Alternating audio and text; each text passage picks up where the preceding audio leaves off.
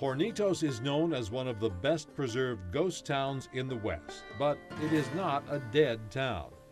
First settled by Spanish and Mexican miners in the 1840s, the town exploded during the gold rush of the 1850s. Some of the colorful past remains standing, like the Masonic Lodge built in 1856. Other buildings, like the Girardelli General Store, are in ruins.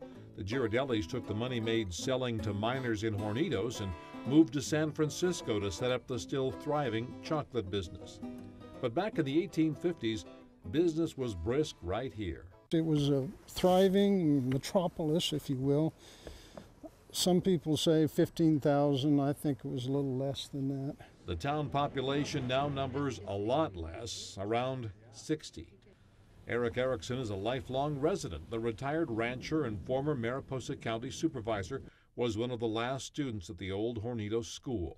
He took us into the town hall to show us pictures of how things used to be. It's a picture of the Plaza Bar, George Reeves butcher shop. The butcher shop turned bar is still in business, run by Richard Ortiz. So you grew up, your parents ran this bar? Yeah, I grew up right here in back. Born and raised here. And you said this back part was originally made in Germany? Germany, yeah. And was in San Francisco? And then Virginia City, and then from Virginia City to Merced, a place called Souzas on Canal Street. Today, most of the business comes from bikers, and there's always a bottle of Hornitos tequila behind the bar. Back in the day, anyone getting too much tequila might end up in the Hornitos jail. I hate to be held in here for very long. Built to last and escape-proof. That was to chain you to the floor. You were not going to get out of here. Once free, those who'd gone astray could perhaps seek redemption just up the hill at St. Catherine's Catholic Church. Still part of the Fresno Diocese, it's open for special occasions like the annual Day of the Dead candlelight procession. The old cemetery is a favorite for sightseers who are passing through town. People like to take the back roads, going to Yosemite or from Yosemite. Ruth Latona caters to some of those back road visitors in her gift shop. It's an old general store that had been shut down for 40 years before she and her husband opened it up 8 years ago. She's in love with the town and its history. We like to walk through, and somehow you feel how it could be then.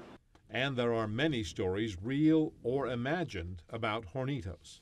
I'm standing in what was the basement of Rosie's Fandango Saloon. A tunnel used to connect the saloon to the building across the street. And as the story goes, the notorious Mexican bandit Joaquin Murrieta managed to scurry through this tunnel one night to escape the law. Most days, Hornitos is a quiet place to get away. Dorothy Bowers, the town's oldest resident, she's 97 and has lived here for 70 years. When there was more people, there was more activity, but the quiet is nice too when you get old. But there are some busy times. The annual Enchilada Dinner in March draws hundreds from all over the state. It's one of the community fundraisers.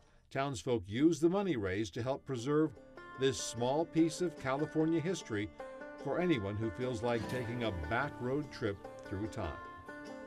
In Hornitos, Gene Higginson, ABC 30 Action News.